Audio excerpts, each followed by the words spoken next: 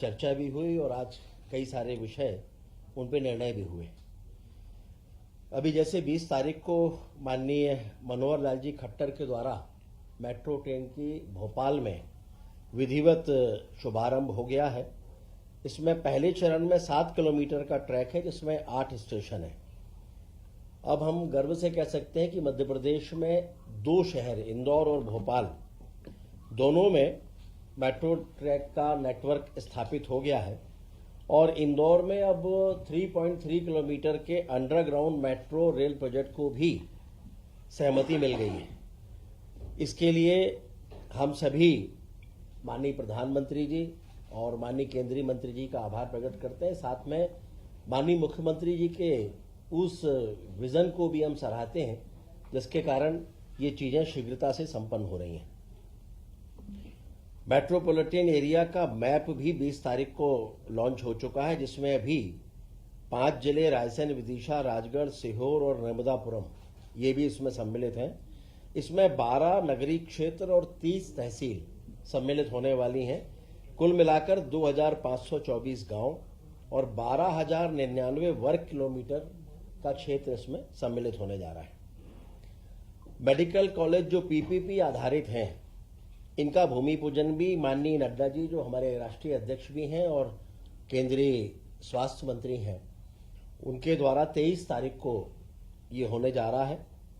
और पहले चरण में धार में पूर्वान में भूमि पूजन और अन्य विकास कार्यों का लोकार्पण करेंगे और उसके बाद बैतूल जाएंगे और बैतूल में भी मेडिकल कॉलेज के भूमि पूजन के साथ अन्य विकास कार्यों के भी भूमि पूजन और लोकार्पण वो करने जा रहे हैं। एक ही दिन में 2 जगह, एक ही दिन में 2 में। सर मेडिकल कॉलेज कितने 2 हैं।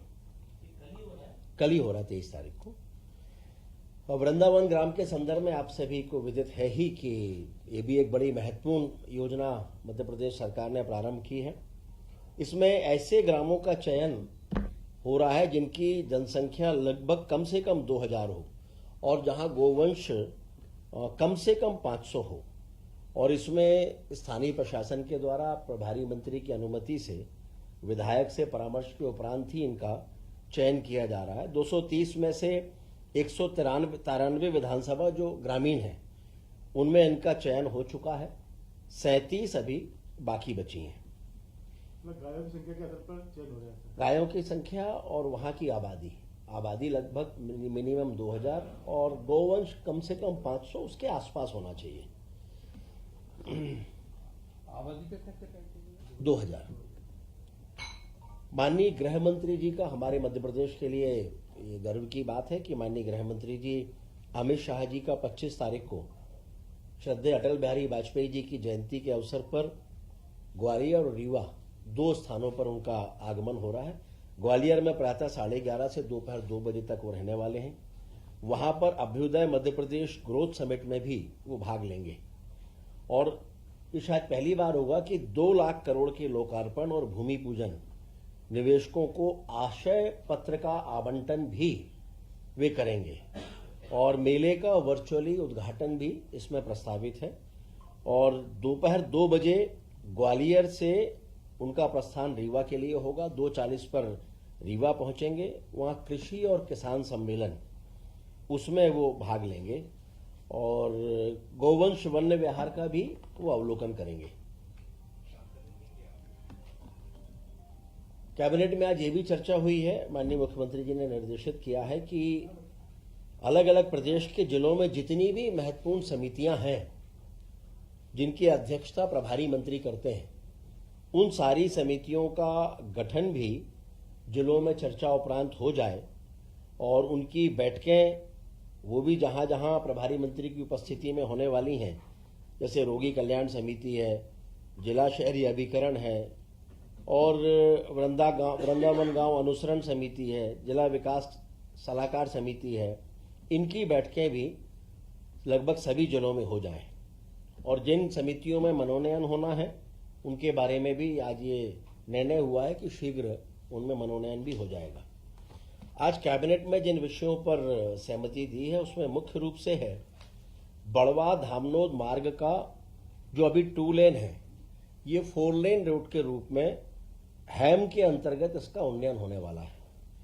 ये लगभग 2 एनएच को जोड़ने वाली है और उसके साथ साथ महेश्वर जैसे प्रमुख स्थान उसको भी इसके माध्यम से कनेक्टिविटी मिलने जा रही है।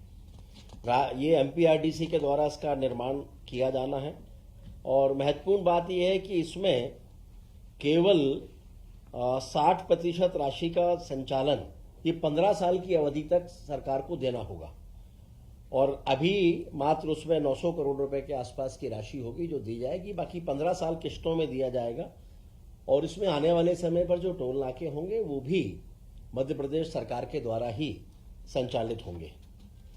तो अपने आप में अत्यंत महत्वपूर्ण ये रोड का निर्माण हो रहा है। अभी गति सीमा लगभग वहां पर होती है 30 किलोमीटर के आसपास, ये बनने के बाद ये हो जाएगी 100 किलोमीटर प्रति घंटे की स्पीड होगी।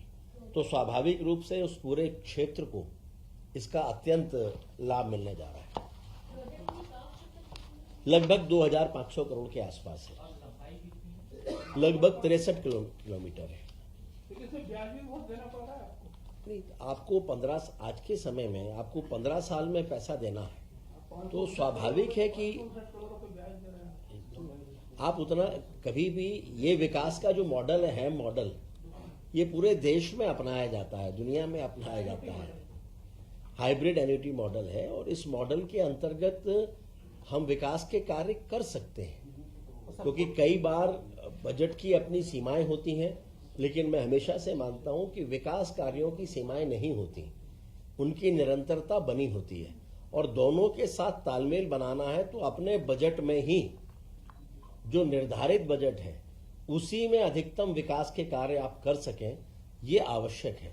लेकिन इन 15 सालों में आप ये भी विचार करिए, रोड का मेंटेनेंस भी उसी को करना होगा जिसको ये काम होगा। 15 साल तक इस रोड का पूरा रखरखाव भी उसी के जिम्मे आएगा, तो सरकार का भी बहुत बड़ा पैसा इसमें बचने वाला है।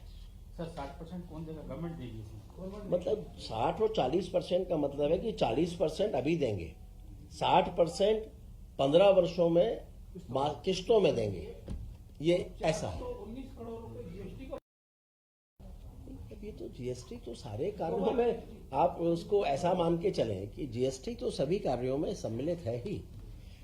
इसके बाद है आंगनवाड़ी सेवा योजना, इसकी निरंतरता हो और इसकी निरंतरता के लिए 2026-27 से 2030-31 तक के लिए इसकी निरंतरता की स्वीकृति आज दी गई है। इस योजना में आंगनवाड़ी सेवा योजना जिसमें पूरक पोषण आहार कार्यक्रम, शाला की पूर्व शिक्षा, आंगनवाड़ी भवन निर्माण, सक्षम आंगनवाड़ी सहित पोषण अभियान, किशोरी बालिकाओं के लिए योजना और आंगनवाड़ी कार्यकर्ताओं का प्रशिक्षण, ये सब भी इसमें सम्मिलित है। मध्य प्रदेश धर्मशास्त्र राष्ट्रीय विधि विश्वविद्यालय जबलपुर के द्वितीय चरण को भी आज स्वीकृति प्रदान की गई। हम सभी जानते हैं कि मध्य प्रदेश में 2 नेशनल लॉ यूनिवर्सिटी हैं, एक भोपाल है, दूसरा जबलपुर है। तो जबलपुर में जो उसका सेकेंड फेज है और इसके जो कुलाधिपति होते हैं वो स्वयं chief justice of Madhya Pradesh होते हैं, तो उसके लिए अतिरिक्त राशि लगभग 197 करोड़ रुपए ये भी इसके लिए स्वीकृत कर दिए गए हैं, जिसमें एडमिनिस्ट्रेशन ब्लॉक, एकेडमिक ब्लॉक, कुलगुरु और कुल सचिव के आवास और 12 multi storey staff quarters, campus की बाउंड्री वॉल, ये सब भी इसके अंतर्गत बनेंगे। प्रधानमंत्री फसल बीमा योजना के विंड्स कार्यक्रम के क्रियान्वयन को भी आज स्वीकृति मिली है। विंड्स है weather information network and data system, ये सभी जगहों पर स्थापित होना है और इसके अंतर्गत प्रत्येक ग्राम पंचायत में एक ऑटोमेटिक रेन गेज और प्रत्येक तहसील में एक ऑटोमेटिक वेदर स्टेशन ये स्थापित किए जाएंगे, ताकि मौसम के जो हाई क्वालिटी के उच्च गुणवत्ता के आंकड़े हैं ये एक सिंगल डिजिटल प्लेटफॉर्म पर भारत सरकार को उपलब्ध हो सके और उसके आधार पर भविष्य की बहुत सारी योजनाएं इसके आधार पर तय हो सकेंगी। तो डाटा सेंटर मुख्यालय कहाँ रखेंगे? इसका जो मुख्यालय होगा वो दरअसल में वैसे देखा जाए तो जो यहाँ का मुख्यालय है भोपाल वही होगा और हर ग्राम पंचायत में इसका अलग अलग होगा और ये सारा डेटा एक तरह से कहें तो दिल्ली ही भेजा जाएगा, उसका मुख्यालय तो दिल्ली ही होगा, लेकिन इसकी मॉनिटरिंग भोपाल के माध्यम से होगी। तो उसकी फंडिंग क्या सेंट्रल गवर्नमेंट की स्टेट गवर्नमेंट करेगी? सेंट्रल गवर्नमेंट से उसके सहयोग मिल रहा है और उसके सहयोग के बाद में 5 वर्षों की योजना पर लगभग 434 करोड़ रुपए संभावित व्यय है, जिसमें राज्य का जो अंश है वो लगभग 147 करोड़ है, बाकी का केंद्र सरकार उसमें मदद कर रही है। तो ये वो मुख्य विषय थे आज की कैबिनेट के जो आपके सामने रखे गए हैं।